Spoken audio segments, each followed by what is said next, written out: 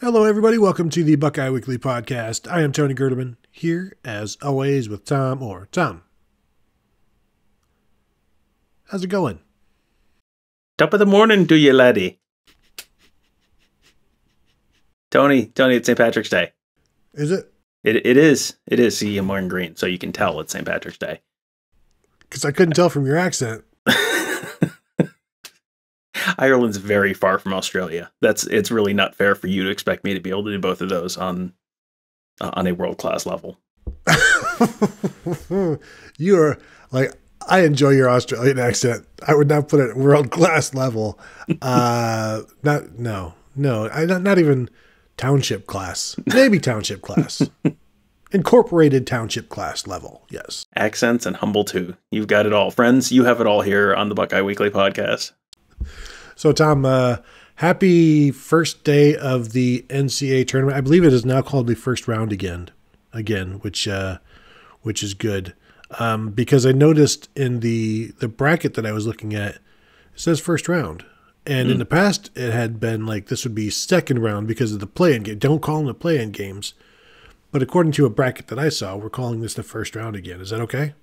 I have always felt that this is the first round. The play-in games are non-canon to me. Like the NCAA tournament starts on Thursday. The NCAA tournament has always started on Thursday. Anything that happens Tuesday does not count. That is not the NCAA tournament. And we went into some of my grievances with that round on the morning scoop for Monday. So you probably don't need to hear me complain about that again. But yes, this is the official start, the actual start of the actual NCAA tournament today. Thank you. You mentioned canon. I have a lot of March Madness canons. Just see your face of just defeat. Stupid defeat. Not you being stupid, but just like the joke. Defeated by stupidity. Yes. Thank you. Perfect. So I used to, when I was a civilian, I would take Thursday and Friday afternoons off, and then we would just all go to the bar and watch the first round all day, Thursday and Friday, unless I called in sick on Friday for the morning. Because at that point, it's only calling in sick for half a day at that point. But as a kid, I'd always have to get the USA Today on the Monday. I would try to get that and like the Toledo Blade, so I could have two brackets. And USA Today had their capsules of all of the teams. And, spent a couple of hours putting my predictions together and then put it up on the fridge. And then you'd have like the live bracket on the fridge as well to see how well I was doing.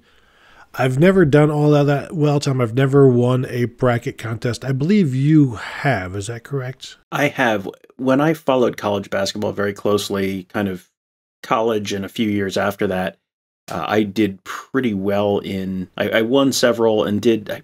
There was one year with one of those Brian Cook Illinois teams where they lost to Arizona in the Elite Eight or the Final Four or something. And if they had won that game, I was going to be like number one in ESPN. And there was like some certain thing where I could have won the ESPN bracket that year, and then they lost to Arizona. And so then I didn't. So more recently, the success in my household in the bracket contest has been my wife.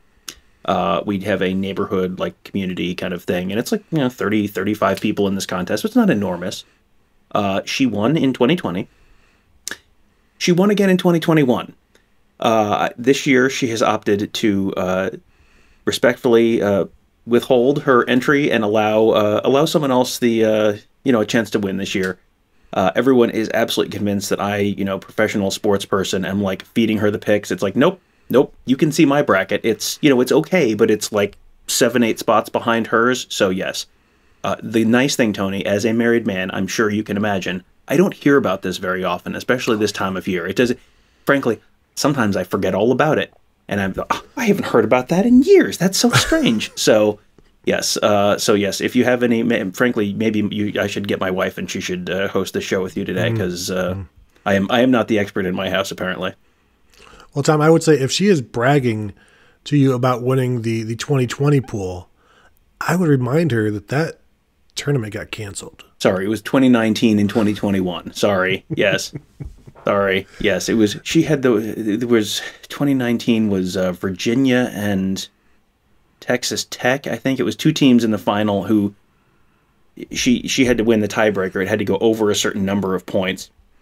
And it was like, oh, this is never going to happen. These are two teams that play super, super tight defense. And then the game went into overtime. And Tony, you'll never believe it, but she won.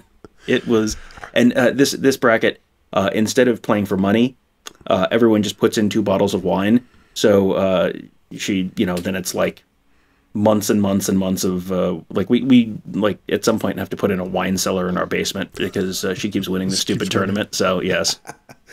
Look, we don't have the room. You cannot join. You cannot play the tournament this year. You can't. No brackets from you, Tom. However, you can put in 4. Like you can do as many as you want because you're not going to win. Yes, no. Anyone who puts in multiple brackets forfeits all right to brag about any of those brackets doing well. Unless you are 1st through 4th in your pool, your entries are 1st, 2nd, 3rd, and 4th. No. If anyone is beating any of your brackets, no, you do not get to brag about how well your brackets are doing if you have multiple brackets in. Thank you for coming to my TED Talk.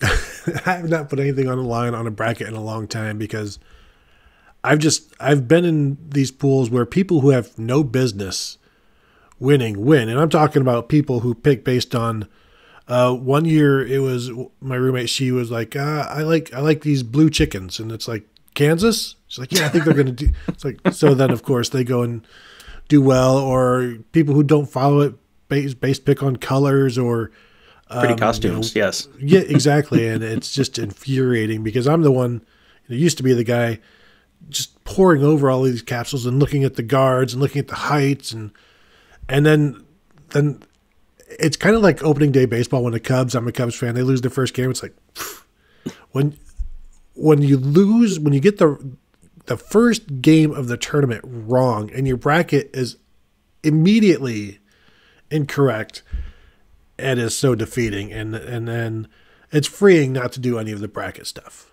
because it's like, oh, this would have been the year I would have gotten them all right if I just would have done it. I knew that was going to happen. Oh yeah, absolutely. I knew that was going to happen. That's exactly right. I feel like I crossed the Rubicon with my wife in brackets a couple of years ago when I introduced her to Ken Pom, and now she pulls up Ken Pom every year when she's filling out her bracket, and it's like, well, I like their defensive efficiency. It's like, who are you? You haven't watched a second of basketball all year. I know. You don't have to. Yeah, no, you don't have to. That just hurts. Here's the little life hack. The most important thing is you pick the champion. Like everyone sweats the first round games. You got to pick the champion, pick your final 4, and then you work backwards from there. And you pick the champion who is not the champion that everyone's going to pick. Like there was a year that everyone had Duke, and then Duke didn't win. And if you had, who won last year? Baylor? I pay very close attention to these things.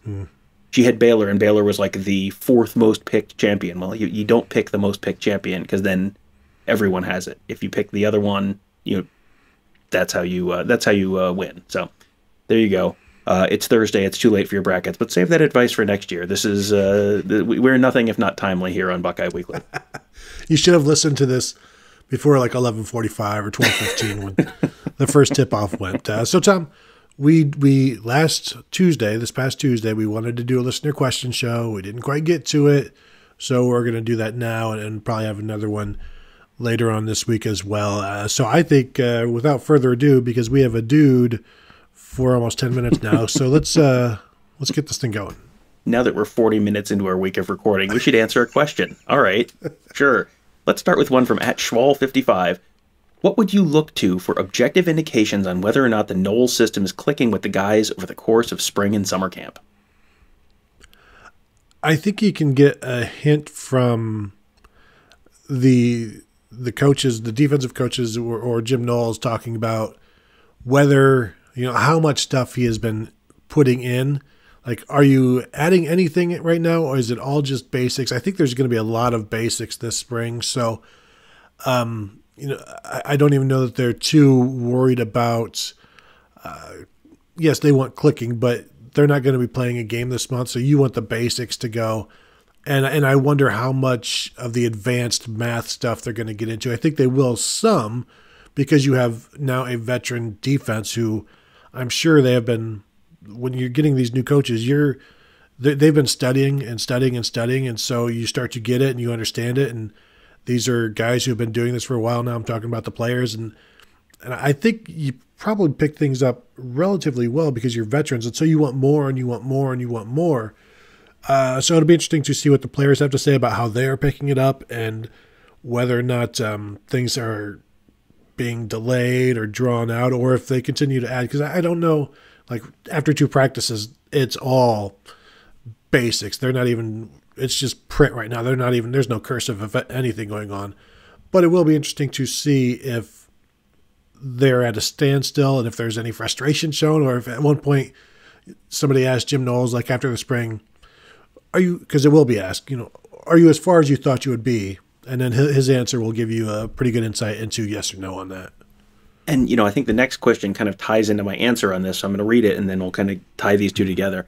From @Bigfoot_Doc, I know it's just the start of spring practice, but I'm curious how the coaches are meshing. In particular, how Knowles and Larry Johnson's relationship is. Now, Larry Johnson, the only one who has, was returning from last year's staff.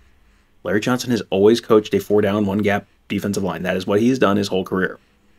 That's not the system that Jim Knowles prefers. So that's why there's a little bit of a question here, and it is a good and legitimate question because I think it is one of the more interesting storylines of the spring. The answer is it's too soon to tell right now because of what Tony was talking about. They're just beginning to do stuff. Week 1, before spring break, they had all just 4-down stuff. They didn't start doing anything. Jim Knowles got asked about the Leo. They haven't even talked about the Leo yet. They haven't even started implementing any of that stuff because they're just trying to start them with stuff that they know.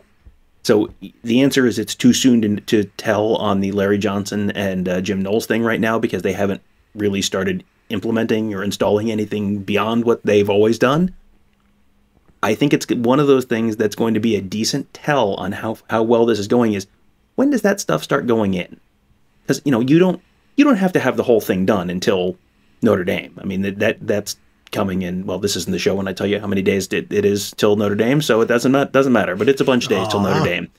So you'll have to listen to today's morning scoop to find out how many days it is.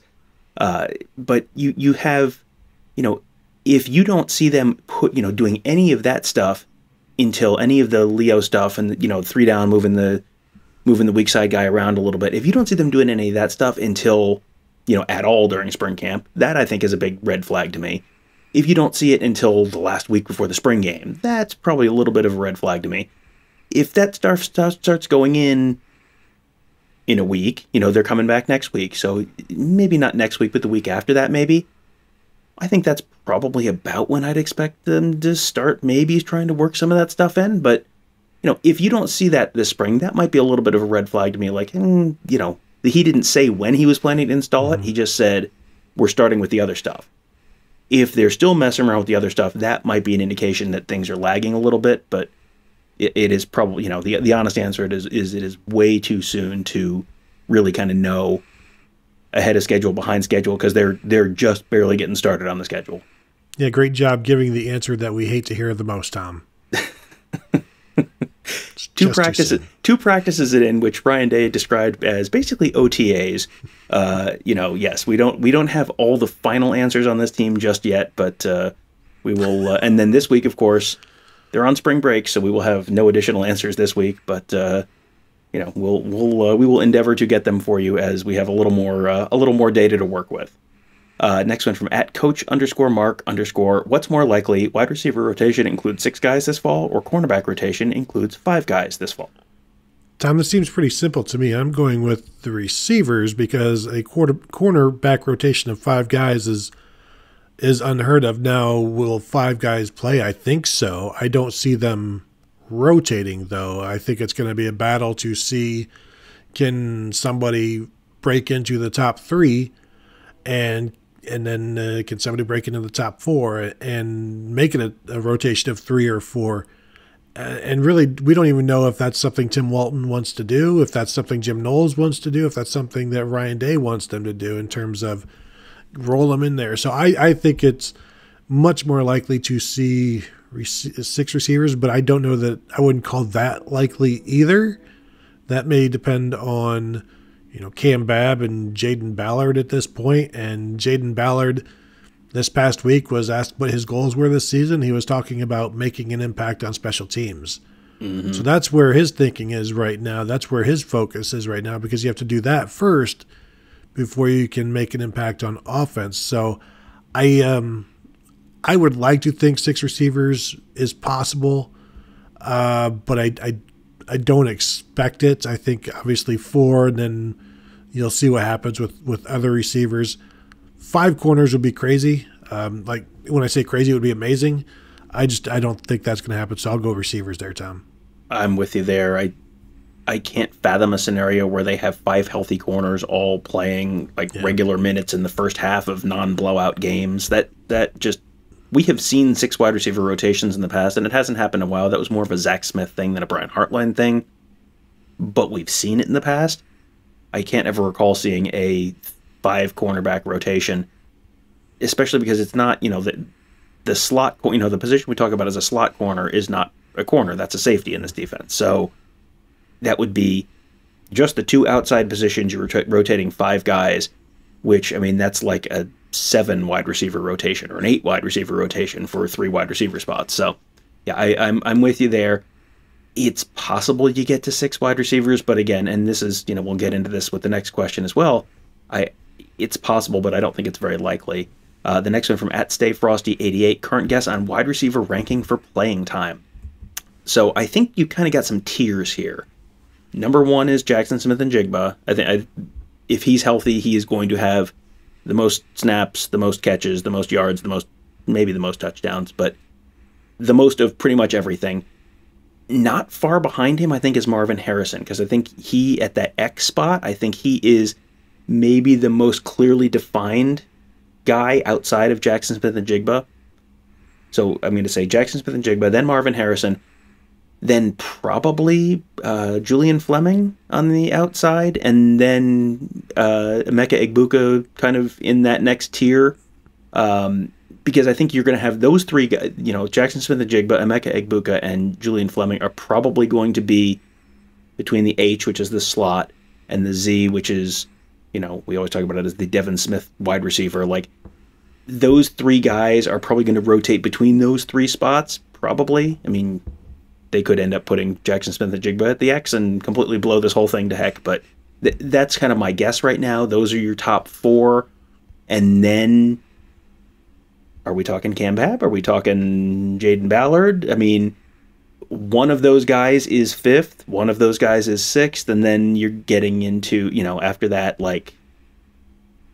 take your pick a freshman out of the hat. You want to pick Caleb Burton because he's here this spring? Sure. You want to pick, who else is here this spring? Keon Grays. Keon Grays is here this spring. So sure, give me one of them, and then maybe the other one of them, and then you can get down to Kojo Antwi and Caleb Brown, who are not here this spring. Something like that is probably about right. But once you get past 2, I think you could. I am pretty confident in my top 2 there. After that, is Julian Fleming going to beat out Emeka Egbuka for, one of the best 3 wide receivers? Sure, maybe. Maybe Emeka Egbuka does. Sure, maybe. And then beyond that, it's kind of, will Cam Babb stay healthy? Will Jaden Ballard, live up to the kind of early hype around him? There's a lot of questions after that. Yeah, I think I'm with you on the top 2, and really between Fleming and Egbuka, I think they're going to be very similar in terms of playing time. Mm-hmm. I was listening to Jaden Ballard's interview, and he mentioned that Julian Fleming is at the Z right now, and Ballard is behind him. Mm-hmm. Emeka Egbuka is playing all over the place. So I guess the way I see it is Marvin Harrison is the X, Julian Fleming is the Z, Jackson Smith-Njigba obviously is the slot. But when anybody goes out, anybody can come. Like, Emeka could come in and play any spot, or Jackson can move to any spot, and Egbuka can be in a slot. It's now we're talking about that 3 cornerback rotation where they had basically all similar snaps, because it's, you're not playing every snap. But I see a rotation between Fleming and Harrison and Egbuka. But I agree. I think Harrison probably ends up with the number 2 snaps, and I would say number 2 catches as well.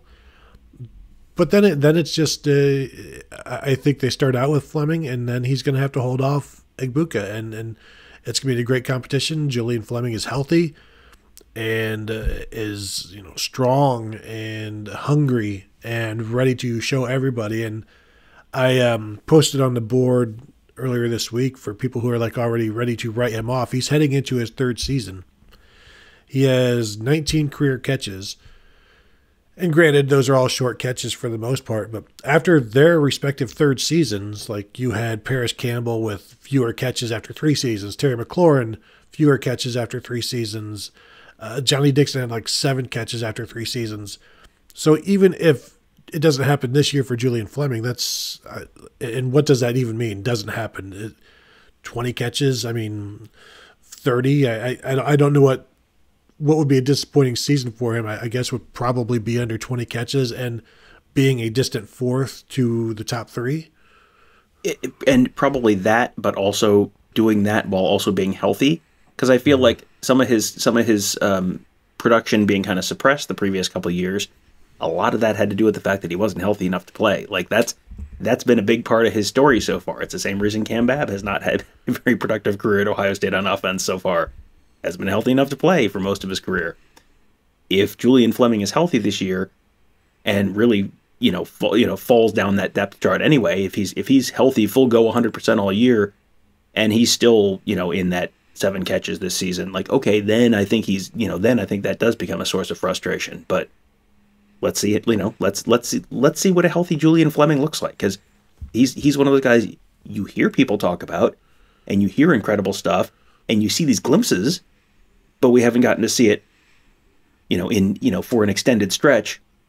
I want to see it for an extended stretch. Let's see what a healthy Julian Fleming looks like before you write him off. Way, way, way too soon to write him off. I mean, 2 years into his career, Michael Thomas had 2 catches? He had two his freshman, 3, 2 or 3 his freshman year, and then redshirted his second year. So that guy turned out okay. So yeah, probably a little early to be writing Julian Fleming off. Next one from @JackSTR720814007. Tony, I asked this before, but will all the offensive talent create unhappy players? Yes. It's impossible to keep everybody happy. Offense, defense, when guys think they should be playing and they aren't, sometimes they get unhappy. And sometimes they even quit during the middle of a game because they think they should be playing. No, it's true, Tom. I've seen it. So, yeah, I mean, they're going to be unhappy players, but how do they deal with that unhappiness? Do they work through it? Do they transfer? Like, very rarely do people transfer happily, where it's like, I love it here, and I'm going to, I don't even want to go to the transfer portal, but somehow I keep doing it. No, you're going to have unhappy guys. Guys want to play, and it's just a matter of them dealing with it. As Brian Day says, the constant open communication with players about where they stand. That way they know why they're not playing. It's the problems come in when they don't know why they aren't playing. And maybe we saw some of that with the linebackers this past year. Yeah, and you see that on offense too, where there's only one football, and I'm sure the tight ends want to catch more passes, and I'm sure wide receivers 4 through 6 want to catch more passes, and I'm sure running backs. I mean, we have seen Ohio State struggle to keep multiple running backs happy in a season. I don't know that all the backs behind Travion Henderson were thrilled with their number of carries they got last year. I don't know that the Mike Weber, J.K. Dobbins year. I don't know that either of those guys were particularly happy in 2018 with the number of carries they got. That's just like welcome to life in the big city. There are only there's a lot of talented players here, and there's only one football, so you can only do so. It can only go to one guy. Give or take per play. So that is just kind of life. And I think to your point, the communication is important because, what is happiness? Happiness is results minus expectations. So if I'm expecting to have 50 catches this year and I have 12, well, that's going to be a pretty big negative number. If you have come into me and said, listen, we are going to get you 3 catches a game, and you get me 3 catches a game or 3 touches a game, whatever it is, then that's what I've been told to expect. That's what I get. Like that is, I think, that communication piece is, I think, the biggest. And, communicating, you will get 3 touches a game if you are blocking well in the run game, running good routes, serving with excellence as a gunner on the punt team, whatever it is, like whatever the expectations surrounding that are, if you're living up to your piece of it, and the coach lives up to their piece of it, even if that's not as many as you necessarily would want, I think that's, you have kind of met your expectations, even if it's not necessarily what you would want. So that's I think going to be, that communication in football as in marriage, Tony, communication is key. Next one from the same, I'm not reading your numbers again, sorry. Same user. One more question. Why do the Buckeyes limit the access to the spring practices? And, this is a fun media question, and the general answer is that most programs limit access. And, there are programs that limit access far more than Ohio State does. Michigan basically shuts everything down. Michigan, I don't think, let the media into their spring game last year. I mean, which is just nutso. College football coaches are, as a breed, nationally, probably a little paranoid, a little overly concerned about stuff leaking out. It's like, if we're reporting that, on March 23rd, that this guy's running second with the, running with the second team wide receivers or the second team offensive line, is that really information that's going to help Notre Dame that much in their preparation for the game? Like, they're probably not really looking at that yet. So it's probably a little bit overly controlled, which, again, there are wide varieties of, levels of access that are granted at different programs around the country. That's just kind of on a per program basis.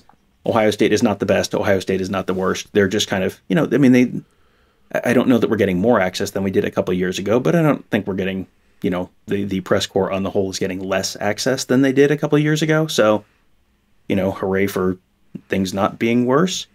But yeah, it's, I think there's a little bit of, they don't want, with a beat as competitive as the Ohio State beat, I think they don't want every single bit of minutia reported. I think you don't want, people, they don't necessarily want everyone to know that so-and-so is taking all of the snaps with the first team. So-and-so is taking all of the reps with the twos, and, some of these other guys haven't been with the twos all spring, whatever. Like, they don't want to have to manage practice to avoid that kind of stuff coming out, because that kind of stuff, then players will get asked about it, and players don't want to get asked about it. And so you've got some of that kind of sort of soft factor concerns around it as well. So, I think everyone would probably like to have more access. I know I would like to have more access this spring, but this is the world you live in, and that's, this is just kind of like how college football works right now. Yeah, watching spring practices are fun, but Tom, as they say, the media can't win you a national championship in the spring, but they can sure lose you one. And there's no benefit. There really is no benefit to Ohio State to allow more access than they do. They're not,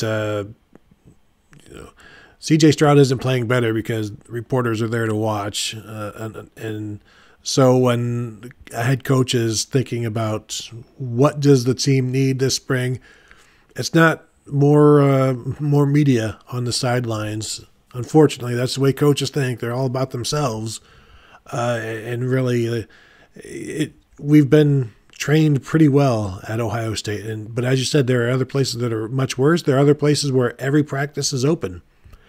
And what that becomes is a whole heck of a lot of work when you've got to go to practice every day for 2 hours. And it's not just 2 hours. It's before practice, getting there. It's after practice. It's the commute. It's, basically like it would be like 4 hours out of your day if you're going to go. And with a beat like Ohio State, if you don't go, you're going to miss something. And so you would have to go every day. And then, as you're talking about, all of the minutia would be reported. And it may not be by one person or one outlet, but as a whole, everything that happened and everything that was seen would be found online in one form or fashion. But the spring, would it matter? Is Brian Kelly subscribed? Yes, of course he is. But I don't think you win or lose anything in the spring by having access. But it's just coaches. There's no reason to do it, so why do it? Kind of like their decisions to go for 2 or go for it on 4th. They're conservative by nature, and they're conservative with access as well. I don't know why Ohio should be concerned about Brian Kelly being subscribed. They don't have LSU on the schedule, Tony. Come on. And they never will. And oh, yes. No, yeah. I'm sorry.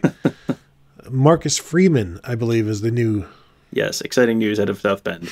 Breaking. Have you heard this? Buckeye this? Weekly Podcast. Hey, folks, have you seen this?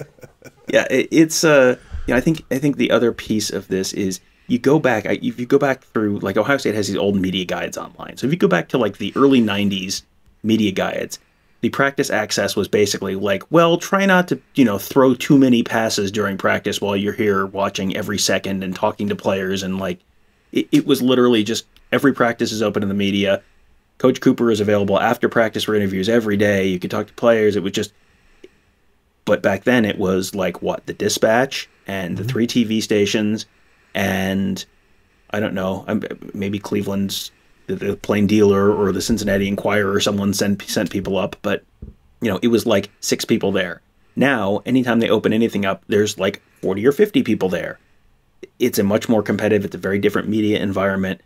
And, back then, Twitter wasn't a thing. You didn't have, you didn't have injuries getting reported during practices or whatever, because you got to remember, if you put out an injury that happens at practice, hey, so-and-so just went down with, was grabbing his ankle.